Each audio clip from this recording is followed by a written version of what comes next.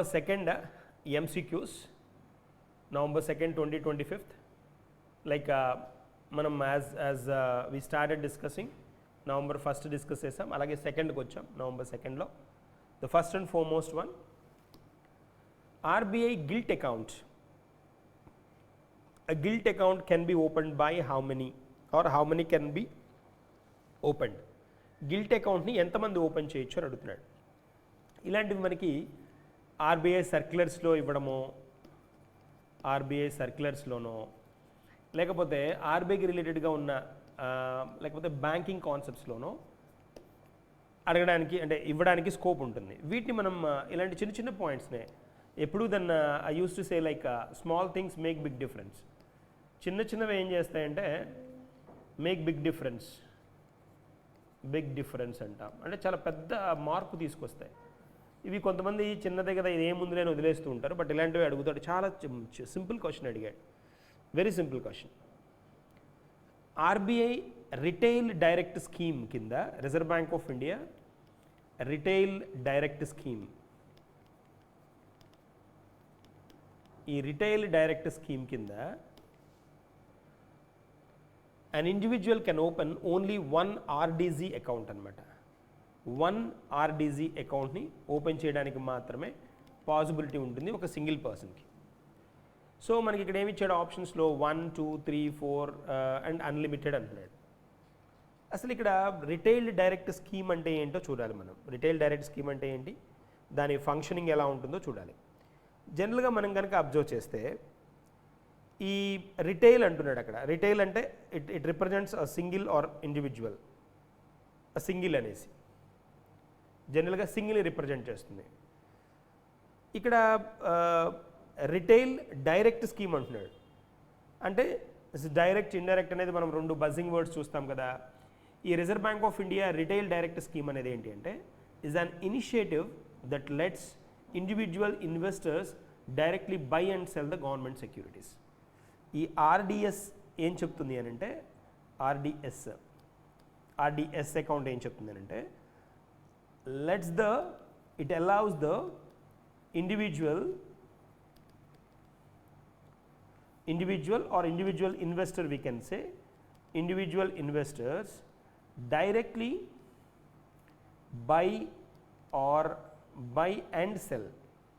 Directly by and cell అవుతుంది, are అనకూడదు. By and cell government securities. జనరల్గా government సెక్యూరిటీస్ని మనం జీజెక్స్ అంటాం, గవర్నమెంట్ సెక్యూరిటీస్.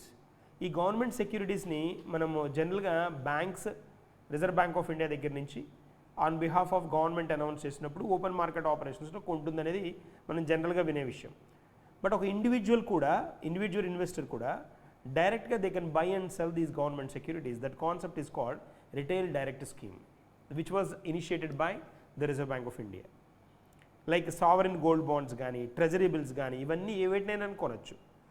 ఈ ఆర్డిఎస్ కింద గవర్నమెంట్ సెక్యూరిటీస్ కానీ, ట్రెజరీ బిల్స్ కానీ, ట్రెజరీ బిల్స్తో పాటు సావరిన్ గోల్డ్ బాండ్స్ అంటాం, గోల్డ్ బాండ్స్, వేటినైనా కొనడానికి పాసిబిలిటీ ఉంటుంది. ఆల్రెడీ సావరిన్ గోల్డ్ బాండ్స్ ఒక ఇండివిజువల్ కొనే పవర్ ఉంది మనకి, ఆల్రెడీ ఎగ్జిస్టింగ్ కాంటెక్స్ట్లో ఉంది.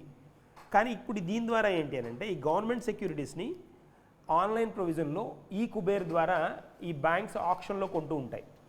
ఈ ట్రెజరీ బిల్స్ని కూడా అంతే. బట్ ఇక్కడ కాంటెక్స్ట్ ఏంటి అని అంటే ఒక ఇండివిజువల్ కూడా కొనే ఫెసిలిటీ ఇవ్వడాన్నే మనం రిటైల్ డైరెక్ట్ స్కీమ్ అంటాం. So it removes the advantage is that it removes the intermediaries, offering a safe, simple way for retail investors to access the government debt markets for better returns అన్నమాట.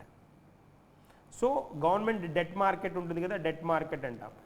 ఇదంతా debt మార్కెట్లోనే గవర్నమెంట్కి డబ్బులు కావాల్సి వచ్చినప్పుడు debt ఇన్స్ట్రుమెంట్స్ని introduce చేస్తుంది. ఆ debt ఇన్స్ట్రుమెంట్సే ఈ సావరెన్ గోల్డ్ బాండ్స్, ఇండైరెక్ట్గా అనమాట గవర్నమెంట్ సెక్యూరిటీస్, ట్రెజరీ బిల్స్. వీటిలో ఒక ఇండివిజువల్ ఇన్వెస్ట్ చేసుకోవడానికి పాసిబిలిటీ ఉంటుంది. వీటి కోసం ఏంటి అంటే ఆన్లైన్ పోర్టల్ మనకి reserve bank of India RBI retail direct .org.in అనేది ఉందని reserve bank of India notify చేయడం జరిగింది. It removes the intermediaries, offering a safe, simple way for the retail investors to access government debt markets for better returns and with the features like auto bidding. దీనిలో ఉన్న advantage ఏంటి అంటే auto bidding చేసుకోవచ్చు. Auto bidding SIPs for treasury bills లాంటివి అనమాట. Auto bidding చేసుకోవచ్చు. అంతేకాకుండా మనకి UPI are internet banking payments కూడా చేసుకోవచ్చు. యూపీఐ ద్వారా లేదా ఇంటర్నెట్ బ్యాంకింగ్ ద్వారా కూడా మనీని మనం ట్రాన్స్ఫర్ చేయొచ్చు అండ్ అకౌంట్ను కూడా మేనేజ్ చేయడానికి పాసిబిలిటీ ఉంటుంది. సో ఇన్వెస్టర్స్ ఆర్డీజీ అకౌంట్ అనేది ఏంటి అని అంటే RDG account is RDG account. మనం ఆర్డీజీ అకౌంట్ అంటున్నాం, రిటైల్ డైరెక్ట్ స్కీమ్. అది రిటైల్ డైరెక్ట్ స్కీమ్. దీనిలో ఏంటి అని అంటే ఈ ప్రొవిజన్ ద్వారా మనకి రిటైల్ డైరెక్ట్ స్కీమ్ ఇది. ఈ స్కీమ్లో రిటైల్ డైరెక్ట్ గిల్ట్ అంట, గిల్ట్ అకౌంట్ని ఓపెన్ చేసుకోవచ్చు. Investors open a retail direct guilt account directly with the reserve bank of India. ఇప్పటిదాకా రిజర్వ్ బ్యాంక్ ఆఫ్ ఇండియాని డైరెక్ట్గా కస్టమర్ రీచ్ అయ్యే స్కోప్ ఉండదు. కస్టమర్ బ్యాంక్ ఆర్బీఐని రీచ్ అయ్యే స్కోప్ మాత్రమే ఉండేది. ఇప్పుడు డైరెక్ట్గా కస్టమర్ ఆర్బీఐని రీచ్ అయ్యే స్కోప్ కూడా వస్తుంది విత్ దిస్ పర్టికులర్ ఆర్డీజీ ద్వారా అనమాట. రిటైల్ డైరెక్ట్ గిల్ట్ అకౌంట్స్ ద్వారా అనమాట. సో ఇక్కడ ఏంటి అంటే ఇన్వెస్ట్మెంట్ ఆప్షన్స్కి వచ్చేటప్పటికి మనకి ప్రైమరీ ఇష్యూస్ కానీ లేదా సెకండరీ మార్కెట్ ట్రాన్సాక్షన్స్ కానీ చేసుకోవడానికి పాసిబిలిటీ ఉంటుంది. ఆటో బిడ్డింగ్ జరుగుతుంది, ఆల్రెడీ మనం చెప్పుకున్నాం. ఆటో బిడ్డింగ్ అంటే automatic bidding for treasury bills కానీ functioning like systematic investment plans, SIPs ఉంటాయి కదా, ఎస్ఐపీస్ అంటాం, సిస్టమాటిక్ ఇన్వెస్ట్మెంట్ ప్లాన్స్. వీటిలో ఇన్వెస్ట్ చేసుకోవడానికి ఆటోమేటిక్ బిడ్డింగ్ జరుగుతుంది. And investments are considered very safe as they are sovereign backed. ఖచ్చితంగా sovereign backed, government support తోటి నడుస్తాయి కాబట్టి చాలా స్ట్రాంగ్గా చాలా సేఫ్గా కూడా ట్రాన్సాక్షన్ జరుగుతాయి. ఎవరు ఇన్వెస్ట్ చేయొచ్చు అంటే ఇండివిజువల్ రెసిడెంట్ ఇన్వెస్టర్స్ హోల్డ్ చేసుకోవచ్చు. డెమోక్రటైజేషన్, దీని ద్వారా ఏంటి అని అంటే కామన్ పీపుల్ కూడా గవర్నమెంట్ డెట్ మార్కెట్ అందుబాటులోకి వస్తుంది. దాన్ని ఏమంటామంటే డెమోక్రటైజేషన్ అంటాం. Democratisation, this is the word. Democracy అని మనకు తెలుసు కదా, డెమోక్రసీ అంటాం. డెమోక్రసీ అంటే ప్రజాస్వామ్యం. డెమోక్రటైజేషన్ అంటే ఏంటి అని అంటే గవర్నమెంట్ సర్వీసెస్ లేదా డిజిటల్ సర్వీసెస్ లేదా గవర్నమెంట్ డెట్ మార్కెట్ కనుక పబ్లిక్కి కనుక యాక్సెసిబుల్గా కనుక ఉంటే గవర్నమెంట్లో ఇన్వెస్ట్ చేసుకునే అవకాశాలు డైరెక్ట్గా కనుక కస్టమర్కి కనుక ఉంటే వాటిని డెమోక్రటైజేషన్ అంటారు. అంతేకాకుండా దీని ద్వారా ఫినాన్షియల్ ఇంక్లూజన్ కూడా పాసిబుల్ అవుతుంది. Financial inclusion, we are very familiar with this word, providing banking facilities at affordable cost కదా. అండ్ డైవర్సిఫికేషన్, ఇన్వెస్ట్మెంట్ డైవర్సిఫికేషన్ కూడా పాసిబుల్ అవుతుంది. డైవర్సిఫికేషన్ అంటే ఏంటి? Broadness the government securities market బ్రాడ్గా అందరికీ అవైలబుల్గా ఉంటుంది. ఇవి advantages. How to get to start, మరి దీన్ని ఎలా how to get to start అంటే we should register on RBI retail direct portal. RBI retail direct పోర్టల్లో మనం ఏం చేయాలి అంటే like we have to register and we have to complete the KYC, know your customer verification, and we have to link our savings bank అకౌంట్ని link చేసుకోవాలి. Savings bank అకౌంట్ని link చేసుకుంటే దాన్ని ఈ ఫెసిలిటీస్ మనకు వచ్చేస్తాయి. ఈ రిటైల్ డైరెక్ట్ ప్రొవిజన్ వస్తుంది. సో దీని ద్వారా ఏంటంటే how many can be open gilt account ఎన్ని ఓపెన్ చేయొచ్చు అంటే ఆర్బీఐ గిల్ట్ అకౌంట్ ఒక్కటి మాత్రమే ఓపెన్ చేయడానికి పాసిబిలిటీ ఉంటుంది. అడిగిన క్వశ్చన్ అదే. Answer A is the correct one. So moving to the next question, నివేశక్ దీది మనం November 2 current affairs MCQs discuss చేస్తున్నాం. MCQs, నివేశక్ Didi whose phase 2 was recently launched is an initiative of which organization అంటున్నాడు. Initiative by women for women. So investor education and protection fund authority మనకి investor education and protection fund authority IEPFA this launched this the phase 2 of its flagship financial literacy initiative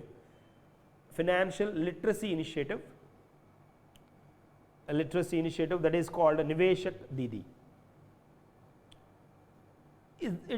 The main aim of this particular initiative Didi అంటున్నాడు కాబట్టి దాన్ని addressing the women, no doubts, no second thought about it.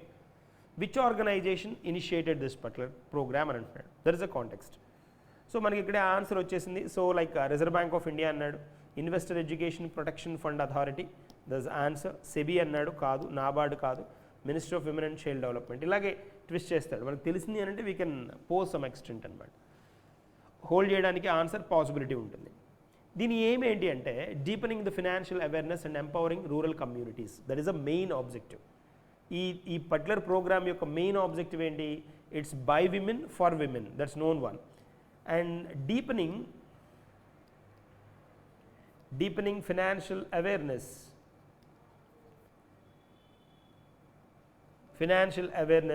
and empowering rural communities. That is the one. Particularly rural communities, particularly evaru women anamata. There is a concept here. So this is the objective of Niveshak Didi. So it was established by the Government of India under the Ministry of Corporate Affairs. So it was established by the Government of India under the Ministry of Corporate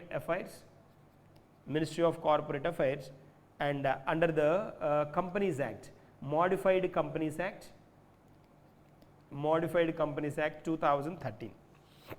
And it aimed to promote investor education, awareness and protection. Which one? This IEPFA. So it functions are administration of IEPF, make refunds of the shares and unclaimed dividends, matured deposits, debentures, etc. ఇలాంటి వాటన్నింటి గురించి వాటి పరిస్థితి ఏంటి, వాటి status ఏంటి అనేది ఇక్కడ మనకి హోల్డ్ చేస్తుంది అనమాట. అది దాని మెయిన్ ఫంక్షన్. సో ఇక్కడ ఈ నివేశక్ దీది ఏంటి అని అంటే వీటికి రిలేటెడ్గా అవేర్నెస్ క్రియేట్ చేయడం, ఏవేవైతే అన్క్లెయిమ్డ్ అమౌంట్స్ ఉంటాయో, అన్క్లెయిమ్డ్ అమౌంట్స్ బ్యాంక్స్లో వాటిని హోల్డ్ చేసుకోవడానికి పాసిబిలిటీ ఇవ్వడం. అంతేకాకుండా దీంట్లో ఏంటంటే డీపెనింగ్ ద ఫినాన్షియల్ అవేర్నెస్, బాగా లోతుగా మనకి ఆర్థికపరమైన అవగాహన కలిగించడం. అంతేకాకుండా ఈ రూరల్ కమ్యూనిటీస్ ఎవరైతే ఉంటారో వాళ్ళకి ఆర్థిక స్వావలంబన గురించిన అవగాహనను పెంచడం వీళ్ళ ముఖ్య ఉద్దేశం అనమాట. దట్ ఈస్ అ కాంటెక్స్ట్ అనమాట. So what is our answer here? Answer B is the correct one. Whose second phase అన్నాడు వాజ్ రీసెంట్లీ లాంచ్డ్. అఫీషియల్గా ఈ ప్రోగ్రామ్ లాంచ్ చేసింది 2013లో by the ministry of corporate affairs under the companies act 2013. Companies 13లో introduce చేశారు దీన్ని. అఫీషియల్గా companies act 2013. సో ఇక్కడ మనం కన్ఫ్యూజ్ అవ్వకూడని పాయింట్ ఏంటంటే it's the following companies act, but అఫీషియల్గా ఇనిషియేట్ చేసింది ఎప్పుడంటే 2022లో ఫేజ్ 1, 2022లో, 2025లో సెప్టెంబర్లో మనకి అక్టోబర్ ఆ టైంలో ఫేజ్ 2 ఇంట్రడ్యూస్ చేశారనమాట. That is the context here. So that is all about this particular Niveshak Didi. Moving to the next one ki vella. So answer enti? Answer B is the correct one. Which of the following can handle the foreign exchange transactions in India? Which of the following can handle antunnadu? Can handle cheyavachu అని అంటున్నాడు. ఎవరు కూడా handle చేయవచ్చు అని అడుగుతున్నాడు. ICICI Bank, HDFC Bank, Scheduled Bank of India, all AD1 category banks, only RBI. Only RBI కాదు, foreign exchange reserves అవుతాయి, forex reserves అయితే then that is only by RBI. That's the reason RBI is called the guardian of foreign exchange reserves. Guardian of foreign exchange reserves అంటాం. So foreign exchange reserves which is in the form of gold, foreign currency and SDRs. So in the form of gold, foreign currency, special drawing rights, these are maintained at the end of Reserve Bank of India because Reserve Bank of India functions as a guardian of foreign exchange reserves. But here like mentioned is a forex, just foreign exchange. Foreign exchange, which of the following can handle అంటున్నాడు. So only RBI ఇక్కడ wrong, ICICI bank ఒకటే కాదు, HDFC bank కాదు, ఇవి mention చేయొచ్చు, ఏవి కూడా అంటున్నాడు కదా అక్కడ. సో AD1 కేటగిరీ బ్యాంక్స్ కూడా చేయొచ్చు. AD1 అంటే ఏంటి అని అంటే జనరల్గా మనకి AD1 కేటగిరీ. సో జనరల్గా మనం కనుక అబ్జర్వ్ చేస్తే these are like AD1 category banks అంటే in India AD1 category refers to the authorized dealer అన్నమాట. authorized dealer 1 అంటాం, authorized dealer 1. So which are commercial banks empowered by the Reserve Bank of India to conduct all types of foreign exchange transactions. So authorized dealer 1 అంటే all scheduled commercial banks అన్నమాట. So scheduled commercial banks or commercial banks we can say empowered by the Reserve Bank of India to conduct all types of foreign exchange transactions including current and capital account dealings kuda. Current capital account dealings kuda cheyadaniki possibility untundi. Current and capital account dealings వీటిని చేయడానికి కూడా possibility ఉంటుంది, including current and capital account dealings and managing export import payments and facilitating overseas remittances. Overseas remittances అంటే FEMA act కింద కదా, foreign exchange management act కింద. అంతేకాకుండా they are crucial for India's international trade and forex market, handling broad forex activities beyond basic currency exchange, letter of credits కానీ bank guarantees, ఇవన్నీ basic అన్నమాట. ఇది కొంచెం హై ఎండ్లో చేసే మెకానిజం.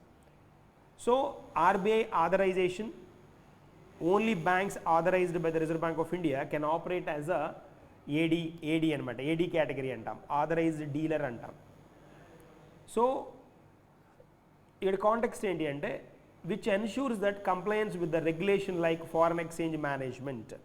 ఫారెన్ ఎక్స్చేంజ్ మేనేజ్మెంట్లో కంప్లయన్స్ అంతా చూసేది ఎవరు అని అంటే ఈ ఆథరైజ్డ్ డీలర్సే అనమాట. మనం ఎగ్జాంపుల్ కనుక చూస్తే major Indian banks like SBI, HDFC, ICICI, foreign banks opening India are typically comes under AD1 category అనమాట. ఇవన్నీ వచ్చేస్తాయి. So all AD1 category banks అనే ఆప్షన్ ఉంది కాబట్టి we should go ahead with that అనమాట. అదే AD2 అన్నాడు అనుకోండి, ఇప్పుడు డౌట్ అదే వస్తుంది, AD2 అంటే ఏంటి అని వస్తుంది. Selected entities like upgraded full fledged money changers అంటారు, ఫుల్ ఫ్లెడ్జ్డ్ మనీ చేంజర్స్ అంట. అండ్ సమ్ కోఆపరేటివ్ బ్యాంక్స్ కానీ విత్ లిమిటెడ్ ఫారెక్స్ ఆపరేషన్స్ ఉన్న వాటిని AD2 అంటాం, ఆథరైజ్డ్ డీలర్ 2 అంటాం. ఆథరైజ్డ్ డీలర్ 2 ఫారెన్ మనకి FFMCs అంటారు, ఫుల్ ఫ్లెడ్జ్డ్ మనీ చేంజర్స్ అంటారు, full fledged money changers. AD2 full fledged money changers FFMC అంట. AD1 వచ్చేటప్పటికి AD1 category all commercial banks, all commercial banks అంట. అండ్ AD3 కూడా ఉంటుంది. AD3 వచ్చేటప్పటికి ఏంటి అంటే స్పెషలైజ్డ్ ఇన్స్టిట్యూషన్స్. స్పెషలైజ్డ్ ఇన్స్టిట్యూషన్స్ మనకి like specialised institutions like non banking financial companies కానీ ఇలాంటివి స్పెసిఫిక్గా ఫారెక్స్ ట్రాన్సాక్షన్స్ చేయడానికి ఆర్బీఐ పర్మిషన్ తీసుకున్న వాటిని మనం కేటగిరీ AD3 కిందకి తీసుకుంటాం. ఇక్కడ FFMC, AD2లో FFMC full fledged money changers అంట, full fledged money changers. So authorized to buy foreign currency from residents or visitors and sell for specific purposes అన్నమాట. వీళ్ళు ఏంటి అంటే ఒక స్పెసిఫిక్ పర్పసెస్ కోసమే ఈ కరెన్సీని ఎక్స్చేంజ్ చేయడానికి రిజర్వ్ బ్యాంక్ ఆఫ్ ఇండియా దగ్గర నుంచి లిమిటెడ్ పర్మిషన్ తీసుకున్న organisations. There is a context అనమాట. సో ఇది what is our answer? So D is the correct answer for this particular one. D is the correct one. Moving to the next one. Which country recently allowed the use of cryptocurrency for tourism payments? For tourism payments, enabling international visitors to make bookings using digital currency. ఇక్కడ keywords ఏమున్నాయి మనకంటే tourism payments, international విజిటర్స్కి to make booking using digital currencies అంటున్నాడు. Options ఏమి ఇచ్చాడు? Japan ఇచ్చాడు, UK ఇచ్చాడు, El Salvador ఇచ్చాడు, భూటాన్, సింగపూర్ ఇచ్చాడు. సో ఇండియాలో Bhutan has become the first country, ఇండియాలో అంటే వరల్డ్లో, ఇండియాలో కాదు వరల్డ్లో, in the world then Bhutan has become the first country which introduced a national crypto currency tourism payment system. National crypto currency tourism payment సిస్టమ్ని ఇంట్రడ్యూస్ చేసిన కంట్రీ ఏది అంటే Bhutan, in partnership with the Binance pay అనే company సౌజన్యంతో, collaboration తోటి ఇది fully cashless travel using crypto currencies అనే mechanism తీసుకొచ్చింది. Fully cashless travel using crypto currency. దీని ద్వారా ఏంటి అంటే దాదాపుగా 300 క్రిప్టో కరెన్సీస్ లైక్ మనకి బైనాన్స్ కాయిన్, తర్వాత బిట్ కాయిన్ మనం బాగా ఫ్రీక్వెంట్గా వినేది కదా, బీటీసీ అంటాం, బిట్ కాయిన్. తర్వాత బినాన్స్ కాయిన్ అంటే బిఎన్బి అంటాం. అంతేకాకుండా యూఎస్డి కాయిన్ అని కూడా అంటారు, యూఎస్డి కాయిన్స్ అంటాం, యూఎస్డిసి అంటారు దీన్ని. Facilitating seamless QR code based real time payments ఏవైతే ఉంటాయో వీటిని ఫెసిలిటేట్ చేయడానికి నిర్ధారించబడిన మెకానిజమ్స్ అన్నమాట ఇవి. So first officially introduced by the Bhutan. It's important one, option D is the correct one. So crypto currency అంటే మనకు తెలుసు, it's a decentralised digital or virtual currency. Crypto currency is a decentralized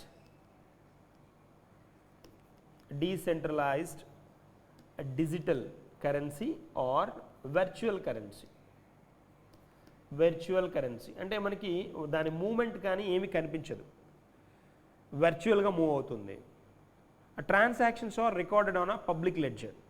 మరి జరుగుతున్న transactions ఎక్కడి నుంచి credit debit transactions అని దేని మీద హోల్డ్ అవుతాయంటే అక్కడ మరి డిజిటల్ మనకి పబ్లిక్ లెడ్జర్ మీద అనమాట. పబ్లిక్ లెడ్జర్ అంటే మనకు తెలుసు కదా, ledger is a combination of credits and debits, కాబట్టి పబ్లిక్ లెడ్జర్ మీద నోట్ అవుతాయి. దీనికి యూజ్ చేసే మెకానిజం ఏంటి అంటే by using a technology called block chain technology. ఈ block chain technology most secure one అనమాట, ఇన్ఫర్మేషన్ని చాలా సెక్యూర్గా ఉంచుతుంది. మనకి బెస్ట్ ఎగ్జాంపుల్ కనుక చూస్తే ఈ క్రిప్టో కరెన్సీ పార్ట్ కనుక ఎగ్జాంపుల్స్ కనుక మనం చూసామంటే బిట్ కాయిన్ ఒకటి ఎగ్జాంపుల్గా చెప్పుకోవచ్చు, ఇథీరియం అనాలి, Ethereum is right word, Ethereum, bitcoin and litecoin. These are the best examples of the crypto currencies in the world. In India crypto currency is not a legal tender but not banned either. ఇండియాలో crypto కరెన్సీని ఏం ban చేయలేదు, కానీ ఇక్కడ ఏంటి అంటే it's not a legal tender. Legal tender అంటే ఏంటి అంటే గవర్నమెంట్ పర్మిషన్ తోటి మూవ్ అయ్యే వాటిని లీగల్ టెండర్ కరెన్సీ అంట. ఇప్పుడు మనం యూజ్ చేస్తున్న డినామినేషన్స్ అన్ని లీగల్ టెండర్ కరెన్సీ, కాయిన్స్ కానీ నోట్స్ కానీ ఇవన్నీ legal tender. But like the currency which has no legal tender they are no more allowed to circulate in the market. So that is the context. ఇక్కడ legal tender మనకి legal tender కాదు ఇండియాలో crypto currency అనేది, అలాగని ban కూడా చేయలేదు, అలాగని it was not ban, ban చేయలేదు. సుప్రీంకోర్టు కూడా చెప్పింది కదా, ఇన్వెస్ట్ చేసుకునే వాళ్ళు ఇంట్రెస్ట్ ఉంటే ఇన్వెస్ట్ చేసుకోవచ్చు, అంతేకాని బ్యాన్ చేయడానికి రైట్ కూడా లేదు రిజర్వ్ బ్యాంక్ ఆఫ్ ఇండియాకి అని కూడా అనౌన్స్ చేసింది. సో భూటాన్ మనకి land of the thunder dragon అంటాం కదా, Bhutan is called land of thunder dragon అంటారు. Is land locked Himalayan country కింద చెప్తాం భూటాన్ని, భూపరివేష్టిది అనమాట, ల్యాండ్ లాక్డ్ వన్. ఇక్కడ మనకి ల్యాండ్ లాక్డ్ కంట్రీకి చెప్తాం. లాంగెస్ట్ రివర్ మనకి మనాస్ అక్కడ విన్నాం, మనకి తెలుసు భూటాన్లో. World's first carbon neutral country కూడా అదే Bhutan, world's first carbon neutral country,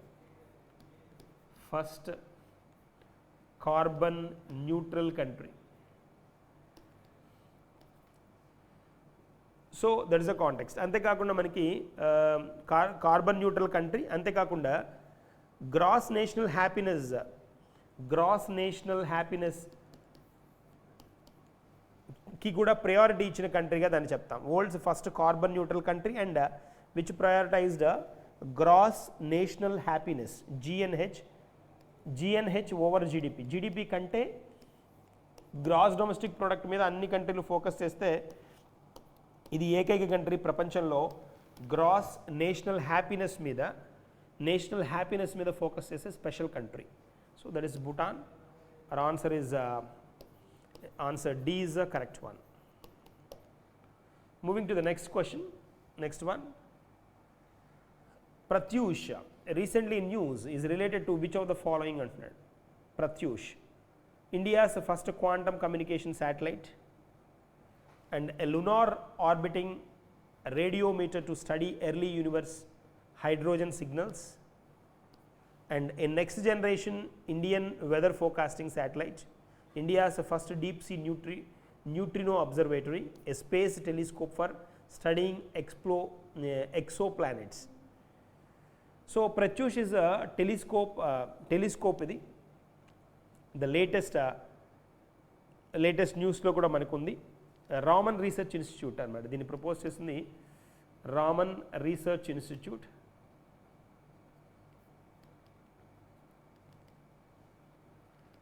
So it has proposed a pioneering mission called Pratyush and designed to unlock the cosmic dawn.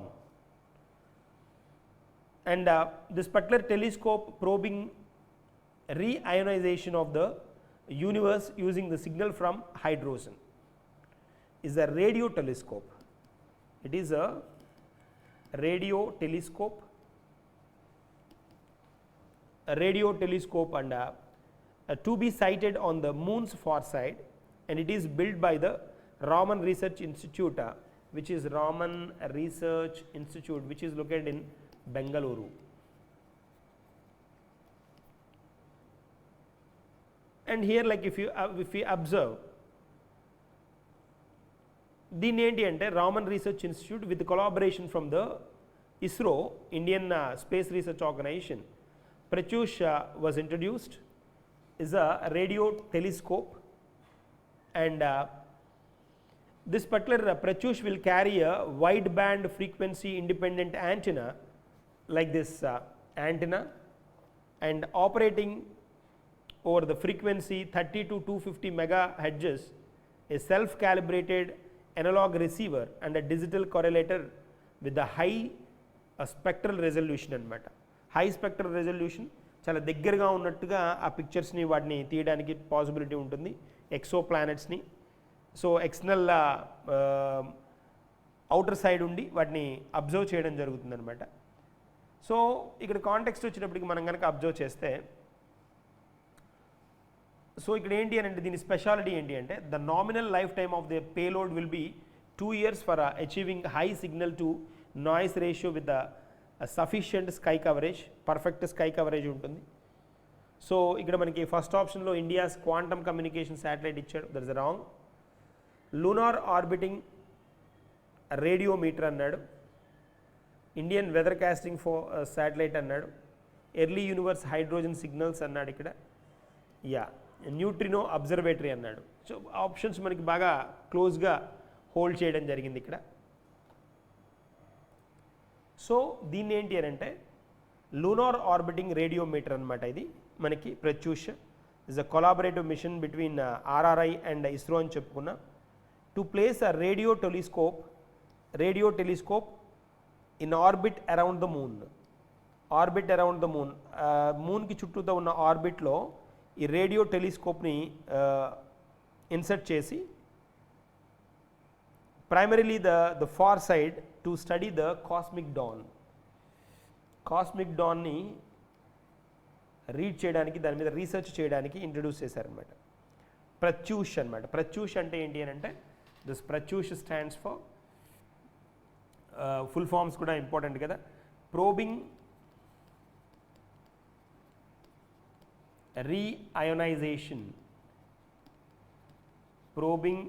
reionization of the universe using signal from hydrogen అంటాం. So probing reionization of the universe using signals from hydrogen. This is the acronym. So దాని lunar orbiting radiometer కదా. So మిగిలినవన్నీ మనకి క్లియర్గా అర్థమైపోతున్నాయి. Lunar చుట్టూ అంటే చంద్రుడి చుట్టూ, మూన్ చుట్టూ అనమాట. Moon orbiting radiometer to study the early universe hydrogen signals by using hydrogen signals అనమాట. That is a concept here. Moving to the next one. The Prime Minister recently laid the foundation stone for the Museum of Royal Kingdoms of India. Where will this museum be established? Where will this museum will be established అంటున్నాడు. So the prime minister recently laid stone కదా. Options ఏమి ఇచ్చాడు? Jaipur Rajasthan, Varanasi Uttar Pradesh, Ekta Nagar near statue of unity Gujarat, Mysore Karnataka, Hyderabad Telangana ఇచ్చాడు. So concept ఏంటి ఇక్కడ? Museum of royal kingdoms of India. దీన్ని prime minister inaugurate చేశారంటాడు. ఎక్కడ ఈ మ్యూజియం ఉంది అనేది point. So that is officially noted at Ekta Nagar near statue of unity. So దాన్ని స్పెషల్ అకేషన్లో హోల్డ్ చేశారు. మనకి 150th birth anniversary of Sardar Vallabhbhai Patel సందర్భంగా ఈ museum of royal kingdoms of India is being developed near the statue of unity. So the project cost around 367 crores అనమాట. Project cost 367 crores. And this museum will include 4 thematic galleries అనమాట. And aim to preserve the legacy of India's royal kingdoms while inspiring the future generations with the value of unity and sacrifice. ఇక్కడ మనకి 500 సంస్థానాలు పైన మన సర్దార్ వల్లభాయ్ పటేల్ ఈ Indian context కిందకి తీసుకొచ్చారు కాబట్టి ఆ సందర్భంగా ఆ కాంటెక్స్ట్ని గుర్తుంచుకొని ఇక్కడ రాయల్ మ్యూజియంని ఇంట్రడ్యూస్ చేశారు. మన దేశాన్ని పాలించిన వివిధ రాజులు వాళ్ళ సాక్రిఫైస్, వాళ్ళు ఏమి త్యాగం చేశారు, తర్వాత వాళ్ళ ఐకమత్యం ఎలా ఉండేది, ఇలాంటి వాటిని ఇన్స్పైర్ చేసిన అంశాలని ఇక్కడ చూడడానికి దాన్ని అవైలబుల్గా ఉండే విధంగా థెమాటిక్ గ్యాలరీస్ని ఇంట్రడ్యూస్ చేయడం జరిగిందనమాట. That is a concept. ఎక్కడ? Ekta Nagar near statue of unity Gujarat. That is a point. Moving to the next one. Recently launched Aabhar online store. Aabhar online store supported by Indian Railways is hosted on which platform? Is hosted on which platform అంటున్నాడు. ఏంటది? ఆభర్. ఆధార్ అనే letters లాగానే కనిపిస్తోంది చూడండి. Aabhar. This is the Aabhar. So Indian railway is supporting the new Aabhar online store showcasing the gift items made by the indigenous tribes. ఈ gift items ఉంటాయి కదా ఇలాంటివి అనమాట. Special gift items prepared by tribes are made by the tribes, handloom weavers, and one district one product. So and a geographical indication product makers to promote local talent and craftsmanship. To concept ఏంటి అంటే to promotion of local talents and craftsmanship వాళ్ళ స్పెషాలిటీని గుర్తించడానికి అనమాట. ఇది online store hosted by the government of marketplace. Government marketplace దీన్ని host చేస్తోందనమాట. ఇలాంటి క్వశ్చన్సే మనకి హోల్డ్ అవుతాయి, ఇంపార్టెంట్ అనేది. So hosted by the government marketplace sources gift items exclusively from central cottage industries emporium, khadi and village industries commission, వీటి ద్వారా అనమాట. And various central and state handloom emporiums ఉంటాయి కదా, వాటి నుంచి అనమాట. అంటే దీని ప్రమోషన్ ఏంటి అంటే which promotes the vocal for local. Which promotes vocal for local. ఈ కాన్సెప్ట్ని క్యాంపెయిన్ చేయడానికి అనమాట. ఇక్కడ క్వశ్చన్ ఏం అడుగుతున్నాడు, హోస్టెడ్ ఆన్ విచ్ ప్లాట్ఫామ్ అంటున్నాడు. వీటిని ఎవరు అంటే వాళ్ళు తయారు చేసిన వాటిని ఆన్లైన్లో ఎవరు హోస్ట్ చేస్తున్నారు అంటే ద గవర్నమెంట్ ఆఫ్ ఇండియా ఈ marketplace, not ONDC, Amazon, Saheli కాదు, మై గవర్నమెంట్ బజార్ కాదు, ట్రైఫెడ్ కూడా ఈ మార్కెట్ ప్లేస్ కూడా కాదు. So answer C is the correct one. Answer C is the correct one. Amazon Saheli host Amazon అనమాట, Amazon e commerce brand. My government బజార్ ఇవి కూడా అంటే లైక్ చేతివి ద్వారా తయారు చేసినవి ఉంటాయి కదా, సో ఈ హాత్ లాంటివి అనమాట, అలాంటి context. So that is a point. Moving to the next one. Which of the following cities has been identified as the one of the India's pilot blue cities, focusing on integrating port logistics with the sustainable finance and innovation? So Vizag, Mundra, Kochi, Chennai and Mumbai ఇచ్చాడు. So ఇక్కడ మనకు కావాల్సింది sustainable finance and innovation అంటున్నాడు. India is building a network of pilot blue cities. Pilot blue cities అని ఈ ఏవేవైతే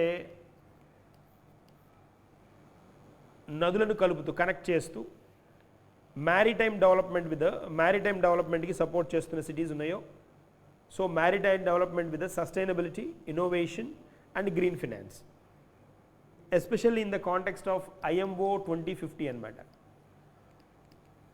2050 decarbonisation ఎజెండాకు అనమాట. So IMO metrological organisation ఉంది కదా, 2050 నాటికి డీకార్బనైజ్ చేయాలి అనేది దాని agenda.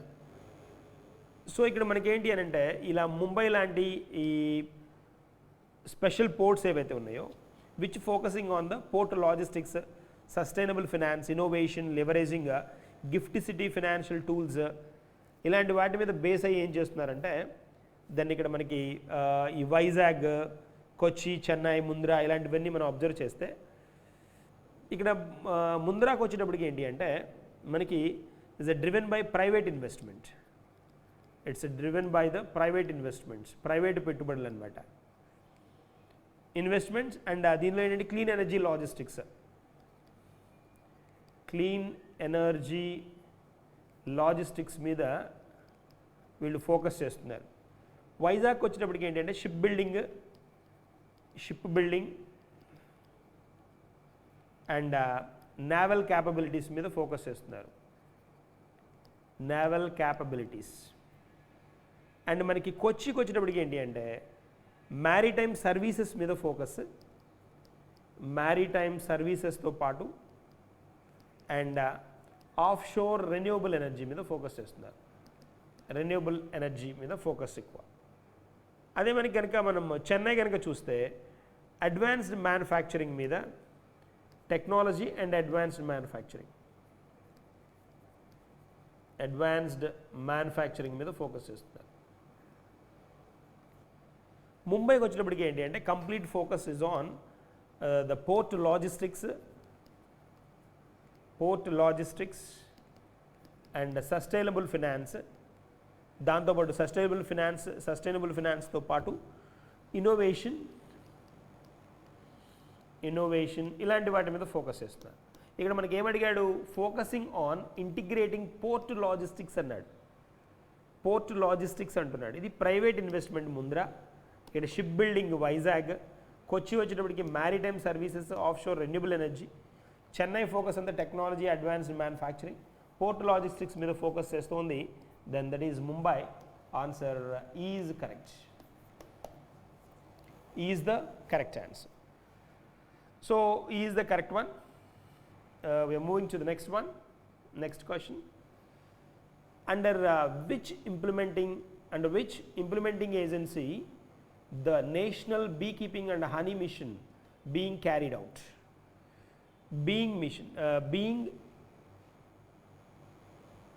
Beekeeping and Honey Mission kada. National Beekeeping and Honey Mission. So NBHM is being implemented through 3 mini missions అనమాట. ఎన్బిహెచ్ఎం కింద 3 మినీ మిషన్స్ ఉన్నాయి. దానిలో ఏంటి అని అంటే MM1 అని, MM2, MM3 అనమాట. MM3 mini mission 1, mission 2, mini mission 3 అనమాట. Which is focused on the production, అంటే production of honey and post harvesting management. అంటే ఒకసారి వచ్చిన తర్వాత వాటిని ఎలా స్టోర్ చేయాలి, అండ్ రీసెర్చ్ మీద. MM1 వచ్చినప్పటికి ప్రొడక్షన్, MM2 వచ్చినప్పటికి పోస్ట్ హార్వెస్టింగ్, MM3 వచ్చినప్పటికి రీసెర్చ్ మీద ఫోకస్ చేస్తాయి. So it is implemented by the NBB. దీన్ని ఇంప్లిమెంట్ చేస్తోంది. ఎన్బిబి నేషనల్ బీ బోర్డ్ అనమాట. బీ బోర్డ్ ఇదిగోండి ఇక్కడ కనిపిస్తుంది కదా, national bee board under Atmanirbhar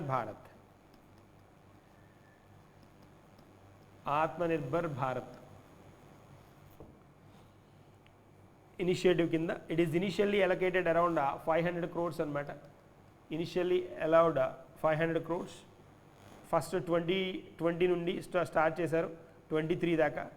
it has been extended till 26 అనమాట. 2025 నుంచి 2026 దాకా ఎక్స్టెండ్ చేయడం జరిగింది. ఫస్ట్ 3 years చెప్పారు, తర్వాత ఇంకొక 3 years ఎక్స్టెండ్ చేయడం జరిగింది అనమాట. So NBHM is a central sector scheme అనమాట. Central sector scheme of the Government of India to promote the scientific beekeeping, improve quality honey production, raise the rural incomes అనేది main concept అనమాట. That is one. So ఇక్కడ major honey producing states కనుక మనం observe చేస్తే, major honey producing states కనుక observe చేస్తే ఆ top లీడ్లో ఉంది Uttar Pradesh with 17% of the honey production. And Punjab వచ్చేటప్పటికి Punjab with 14%, and next Bihar వచ్చేటప్పటికి 12%, అండ్ రాజస్థాన్ వచ్చేటప్పటికి 9%. టాప్ ఎక్స్పోర్ట్ డెస్టినేషన్స్, ఇక్కడి నుంచి మనం ఎక్కడికి ఎగుమతి చేస్తున్నాం? The top export destinations are USA, United Arab Emirates, UAE, Saudi Arabia, Qatar and Libya. ఈ కంట్రీస్కి మనం ఎక్కువ ఎక్స్పోర్ట్ చేస్తున్నాం అనమాట. ఎక్స్పోర్ట్ ఎక్కువ ఇక్కడ ఉన్నది. క్వశ్చన్ ఏమడుతున్నాడు, under which implementing agency national beekeeping and honey mission being carried out. National horticulture కిందకి రాదు అసలు ఇది. హార్టికల్చర్ అంటే ఫ్లవర్స్ అండ్ ఫ్రూట్స్ కదా. Dairy development is milk related, is nowhere related. Bee board is correct one. Khadi and village industries is related to the cloth. వీవరింగ్కి related one ఇది. National agriculture cooperative marketing federation, NAFED, it's nowhere related. So what is our answer? Answer C is the correct one. C is the correct answer for this question. Moving to the next one. At the International Arya Maha Sammelan 2025, the Prime Minister urged Arya Samaj to support which national initiative focused on digitizing ancient manuscripts and preserving India's knowledge heritage. So ఇక్కడ at the international Arya మహాసమ్మేళన్ ఈ సందర్భంగా prime minister Arya సమాజ్ని support చేయమని అడగడం జరిగిందనమాట కొన్ని ఏరియాస్లో. So focused on డిజిటైజింగ్ the ancient manuscripts. పాత మనకి మ్యానుస్క్రిప్ట్లు ఉన్నాయి కదా, మనుస్మృతులు ఉన్నాయి కదా, వాటిని ఒక పదిలం చేయడానికి, డిజిటైజ్ చేయడానికి కావలసిన సపోర్ట్ గురించి డిస్కస్ చేశారన్నమాట. Preserving India's knowledge heritage, that is a context.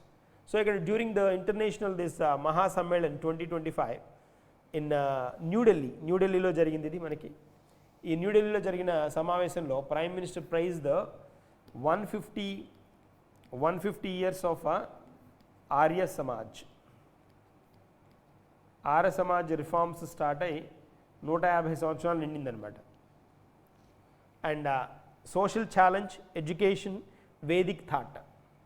Social challenge, education, Vedic thought, వీటి మీద ఎక్కువ ఫోకస్ చేసింది ఈ ఆర్య సమాజ్ అని చెప్పాలి. స్పెసిఫికల్గా requested Arya Samaj, prime minister requested Arya Samaj to Gyan Bharat mission and initiative support the Gyan Bharat mission. Gyan Bharat మిషన్ని సపోర్ట్ చేయమని మనకి ఈ ఆర్య సమాజ్ సమ్మేళనంలో ప్రైమ్ మినిస్టర్ ఈ ఆర్య సమాజ్ని అడగడం జరిగిందనమాట. దీని ఇనిషియేటివ్ అండి, ఈ ఇనిషియేటివ్ మెయిన్ ఆబ్జెక్టివ్ ఏంటి అని అంటే digitising ancient manuscript, engaging youth in preserving India's knowledge heritage, strengthening India's global role in Vedic science and traditional wisdom. వీటి ఇండియా రోల్ ఏంటి అనే దాన్ని అందరికి ప్రపంచవ్యాప్తంగా తెలియచెప్పడానికి అనమాట. So this aligns perfectly with the Arya Samaj foundational echo. అసలు ఎందుకైతే దాన్ని స్టార్ట్ చేశారో దాని ఇంపార్టెన్స్ని పెంచుతూ ఎడ్యుకేషన్కి ఎలాంటి రేషనాలిటీ అండ్ వేదిక్ రిఫార్మ్స్ని తీసుకురావడానికి then which was long back officially introduced by Swami Dayananda Saraswati కదా, స్వామి దయానంద సరస్వతి. దయానంద సరస్వతి ఇన్ 1875లో మనకి దీన్ని ఎస్టాబ్లిష్ చేశారు. 2025 నాటికి దానికి 150 సంవత్సరాలు, 150 years అనమాట. So guided by the motto, అంటే దీని మోటో ఏంటి అని అంటే it's guided by the motto కృణ్వంతు విశ్వం ఆర్యం, కృణ్వంతు విశ్వం ఆర్వం, ఆర్యం కదా, ఆర్యం. సో అంటే దీని మీనింగ్ ఏంటి అని అంటే let's ennoble the world, let's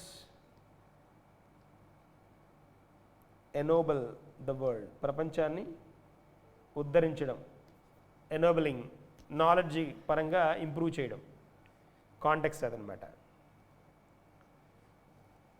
that is a point of this particular one. So ఇవి మనకి ఈ November 2కి రిలేటెడ్గా ఉన్న very very very important MCQs. వీటిని మీకు ఎన్నిసార్లు కావాలంటే అన్నిసార్లు హోల్డ్ చేయండి, వీటి మీద కమాండ్ తెచ్చుకోండి. 100% దిల్ బెనిఫిట్ యూ అలాట్ అనమాట. సో ఇది ఈజీ టాస్క్ కాదు, దాన్ని చాలా ప్లాన్డ్గా ఎగ్జిక్యూట్ చేయడానికి టర్న్ చేస్తున్నా. సో మనకి ఆఫ్లైన్ క్లాస్ తోటి ఈ లింక్ చేసుకోవడానికి కూడా పాసిబిలిటీ ఉంటుంది. So make use of this particular experiment to the maximum extent, and 100% you will get benefit out of it. Okay, thank you.